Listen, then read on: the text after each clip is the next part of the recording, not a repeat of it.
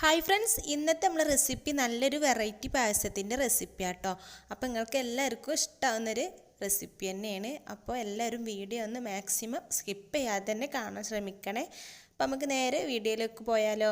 വീഡിയോയിലേക്ക് പോകുന്നതിൻ്റെ മുമ്പായിട്ട് തന്നെ ആരെങ്കിലും സബ്സ്ക്രൈബ് ചെയ്യാതെ കാണുന്ന കൂട്ടുകാരുണ്ടെങ്കിൽ ഒന്ന് കയറി സബ്സ്ക്രൈബ് ചെയ്യുക. അതിൻ്റെ കൂടെ തന്നെ ലൈക്ക് ബട്ടണും ബെൽ ബട്ടണൊക്കെ ഒന്ന് പ്രസ് ചെയ്ത് സപ്പോർട്ട് ചെയ്യുക കേട്ടോ. ഈ ഒരു അരി വെച്ചിട്ടാണ് നമ്മൾ പായസം റെഡിയാക്കുന്നത്. ഇത് ഉണക്കലരി ആട്ടോ. അപ്പോൾ റേഷൻ കടയിൽ നിന്ന് കിട്ടിയ കിറ്റിലെ അരിയാണിത്. അപ്പോൾ ഇത് വെച്ചിട്ടാണ് നമ്മൾ പായസം ഉണ്ടാക്കുന്നത്. അപ്പോൾ ഇത് കുക്കറിലേക്ക് ഇട്ടിട്ട് ആവശ്യത്തിനുള്ള വെള്ളം ചേർത്ത് വേവിച്ചെടുക്കണം ആദ്യം. ഇതിലേക്ക് നമ്മൾ കുറച്ച് സാബൂനരി അഥവാ ചവ്വരി അതുകൂടെ ചേർത്ത് കൊടുക്കുന്നുണ്ട് കേട്ടോ. അപ്പോൾ ഇത് രണ്ടും ആദ്യം ഒന്ന് നല്ല പോലെ തന്നെ വേവിച്ചെടുക്കണം.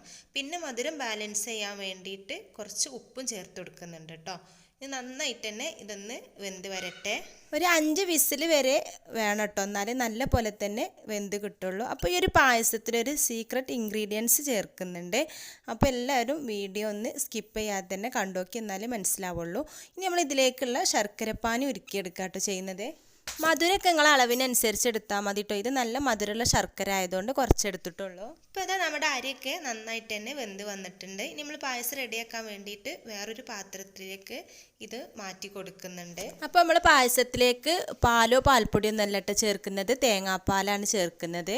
അപ്പോൾ ഇത് തേങ്ങയുടെ 1-ാം പാല്, ഇത് 2-ാം പാലാട്ടോ. അപ്പോൾ 3-ാം പാലിൽ വേണമെങ്കിൽ നമുക്കിത് വേവിച്ചെടുക്കാം. നമ്മൾ ചെയ്തിട്ടില്ല, വെള്ളത്തിൽ തന്നെയാണ് വേവിച്ചെടുത്തിട്ടുള്ളത്.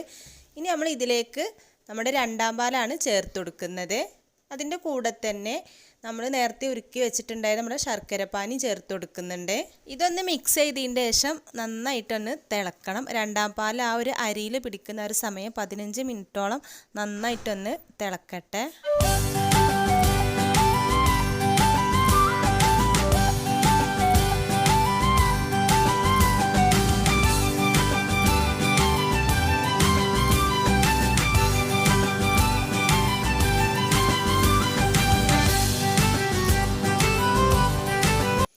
പതിനഞ്ച് മിനിറ്റ് കഴിഞ്ഞ് നല്ല പോലെ തന്നെ ഇത് റെഡിയായി വന്നിട്ടുണ്ട്.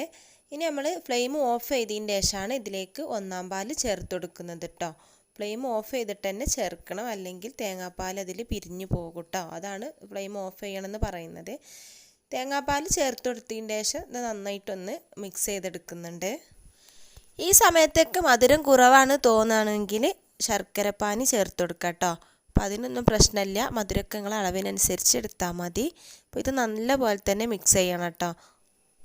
ഇനി പായസം നമ്മളൊന്ന് മാറ്റി വെക്കുന്നുണ്ട്. ഇതിലേക്ക് കുറച്ച് തേങ്ങാക്കൊത്ത് ചേർത്ത് കൊടുക്കുന്നുണ്ട് കേട്ടോ, വറുത്തെടുത്തിട്ട്. അപ്പോൾ അതിനായിട്ട് തന്നെ കുറച്ച് വെളിച്ചെണ്ണ ചൂടാക്കിയിട്ടുണ്ട്. അതിലേക്ക് ഇതുപോലെ കട്ട് ചെയ്തിട്ടുള്ള തേങ്ങാക്കൊത്ത് ചേർത്ത് നന്നായിട്ടൊന്ന് ഫ്രൈ ചെയ്തെടുക്കുന്നുണ്ട്. അപ്പോൾ ഇത് ഫ്രൈ ചെയ്യുന്നതൊക്കെ എല്ലാവർക്കും അറിയാമല്ലോ, ഹൈ ഫ്ലെയിമിൽ ഇട്ടിട്ട് ഒരിക്കലും ഫ്രൈ ചെയ്യാൻ പാടില്ല. അപ്പോൾ സൈഡൊക്കെ കരിഞ്ഞു പോകും. അപ്പോൾ ലോ ഫ്ലെയിമിൽ ഇട്ടിട്ടാട്ടോ ഇത് ഫ്രൈ ചെയ്തെടുക്കുന്നത്. അപ്പോൾ ഇതാ പായസത്തിലേക്ക് നമ്മൾ തേങ്ങാക്കൊത്തൊക്കെ ചേർത്ത് കൊടുക്കുന്നുണ്ട്. ഇനി നമ്മൾ നേരത്തെ പറഞ്ഞിട്ടുള്ള സീക്രട്ട് ഇൻഗ്രീഡിയൻ്റ് ആയിട്ടുള്ള ചെറുപഴമാണ് ചേർത്ത് കൊടുക്കുന്നത്. അപ്പോൾ ഒരു ചെറുപഴമാണ് എടുത്തിട്ടുള്ളത്. നന്നായിട്ട് തന്നെ ഉടച്ചെടുത്തിട്ടുണ്ട് കേട്ടോ. ഉടച്ചെടുത്തതിന് ശേഷം മാത്രമേ ചേർത്ത് കൊടുക്കാൻ പാടുള്ളൂ. അപ്പോൾ ഈ ഒരു അളവിലേക്ക് നമ്മൾ ഒരു ചെറുപഴമാണ് എടുത്തിട്ടുള്ളത്. കൂടുതലായി കഴിഞ്ഞാൽ അതിൻ്റെ ഒരു ടേസ്റ്റ് ഭയങ്കരമായിട്ട് വരും. അപ്പോൾ കുറച്ച് ചേർത്ത് കൊടുത്താൽ മതി. അപ്പോൾ ഈ പായസത്തിൻ്റെ റെസിപ്പി നിങ്ങൾക്ക് എല്ലാവർക്കും ഇഷ്ടമായിട്ടുണ്ടാവും എന്ന് വിചാരിക്കുന്നുണ്ട്. അപ്പോൾ എല്ലാവരും ഒന്ന് ട്രൈ ചെയ്ത് നോക്കണേ. അപ്പോൾ അടുത്തൊരു വീഡിയോയിൽ കാണാം.